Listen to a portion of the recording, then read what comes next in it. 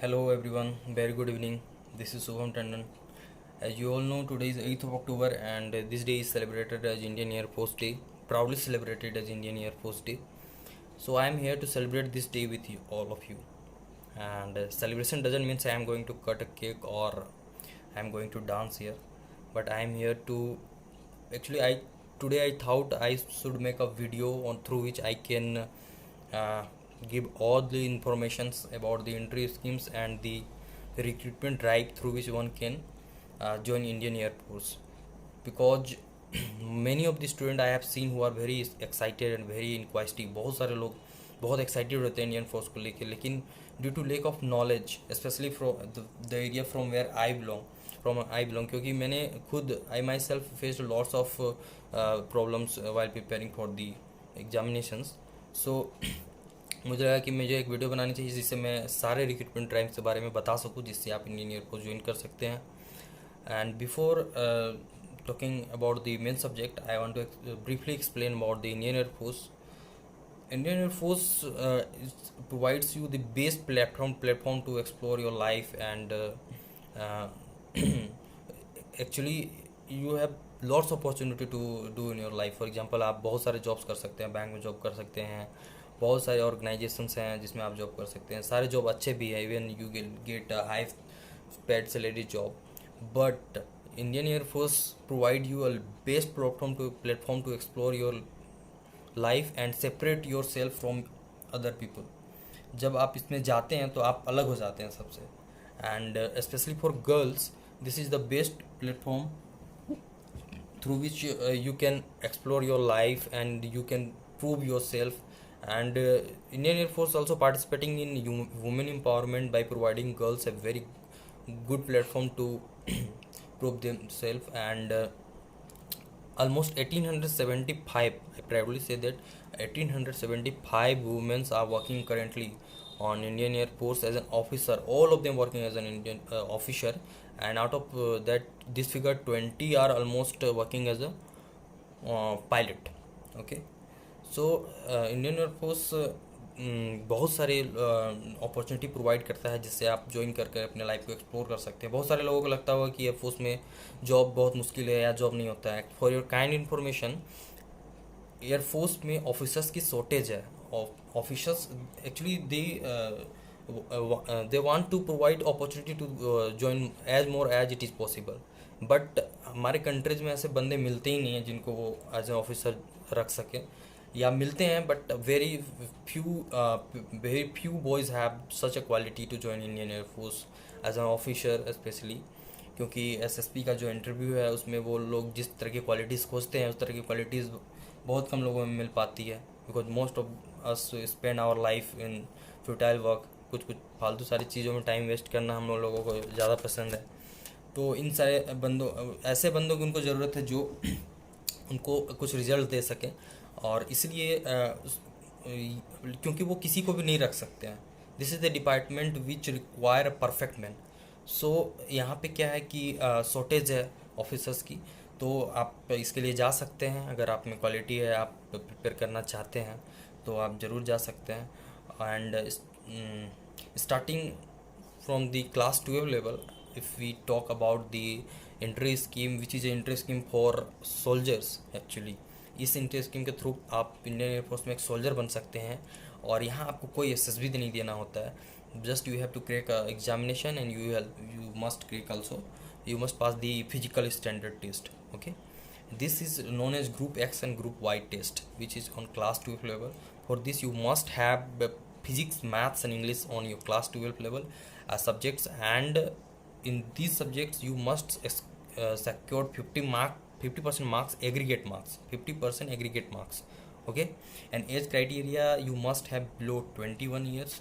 And group X is for technical branch and group Y for non technical. Air force में कुछ clerk होते हैं, accounts का काम देख रहे हैं, तो ये सब काम करने के लिए ग्रुप वाई के थ्रू रिक्रूटमेंट होती है. आप इससे जा सकते हैं, एक अच्छा ऑप्शन है अगर आपको लगता है कि आप एसएसबी नहीं क्वालिफाई कर पा रहे. और मेरे हिसाब से क्लास 12 के बाद बंदों को ट्राई करना चाहिए, क्योंकि ये एक बहुत अच्छा अपॉर्चुनिटी होता है एयरफोर्स ज्वाइन करने का. ठीक है.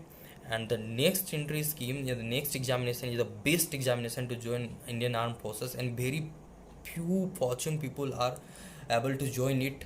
And I will say that कि यही वो एंट्री स्कीम है जिसके थ्रू आप बेस्ट सोल्जर पार्ट बन सकते हैं हमारे आर्म फोर्सेस के, क्योंकि यहाँ तो आप रिग्रेस ट्रेनिंग को जाते हैं। और ये जो हमारा वारफेयर होता है ना, जब भी वार हो तो इसमें जो मेन जिनका पार्टिसिपेशन होता है और इन्हीं लोगों का होता है, इन्हीं सोल्जर्स का होता है। And this examination is called NDA, national defence academy, and this is conducted by our best commission, Union Public Service Commission, and this is conducted twice in a year.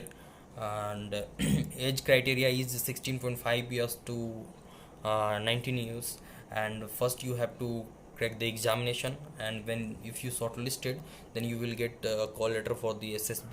Okay. And for the Air Force there is a 120 seats almost, out of which 28 for the ground duty branch. Actually Air Force is divided into three branches mainly: ground branch, technical branch, and flying branch. Okay, I will explain about it in another video, but there are three branch. Flying branch you can easily convey that for the pilots. Okay, ground branch में क्या होता है कि बहुत सारा administration का है काम, बहुत सारा काम है। टेक्निकल ब्रांच में इंजीनियर्स की एंट्री होती है और भी ATC का काम है। ओके, बहुत सारा काम है। And third entry scheme is for is the TES, about which this entry scheme I will say that ये entry scheme for state board students के लिए है ही नहीं, क्योंकि first of all for this entry scheme the criteria is that you must secure 70% aggregate marks in your class 12 level in physics, chemistry and maths, and 70% marks पे भी call नहीं आता है SSB का। At least you must secure 90% marks in your class 12 level, 85, 90,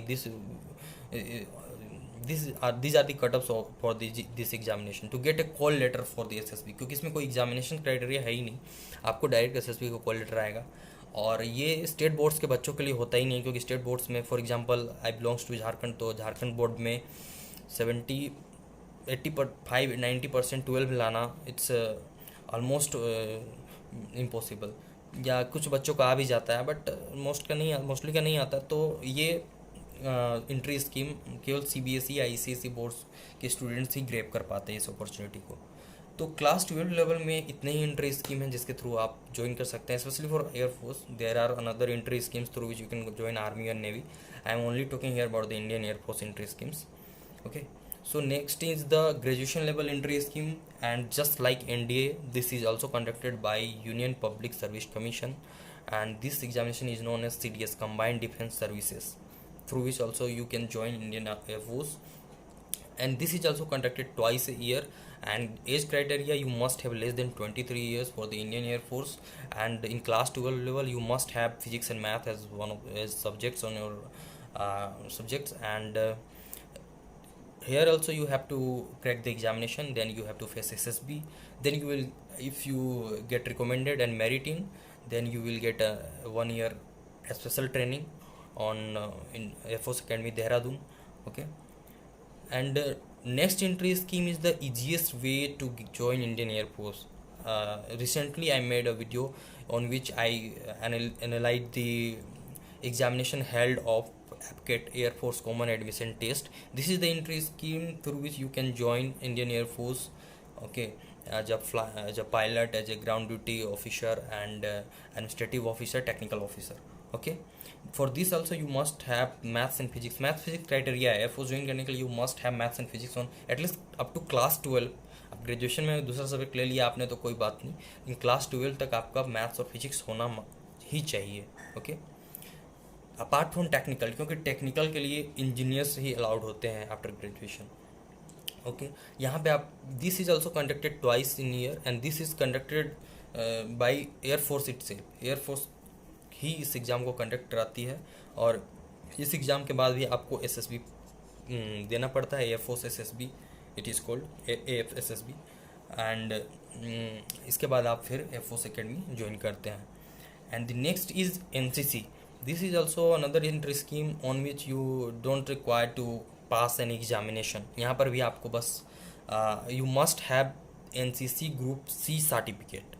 NCC group C certificate आपके पास होना चाहिए, तो आप you will get a call letter directly from the Indian air force for the AFSSB।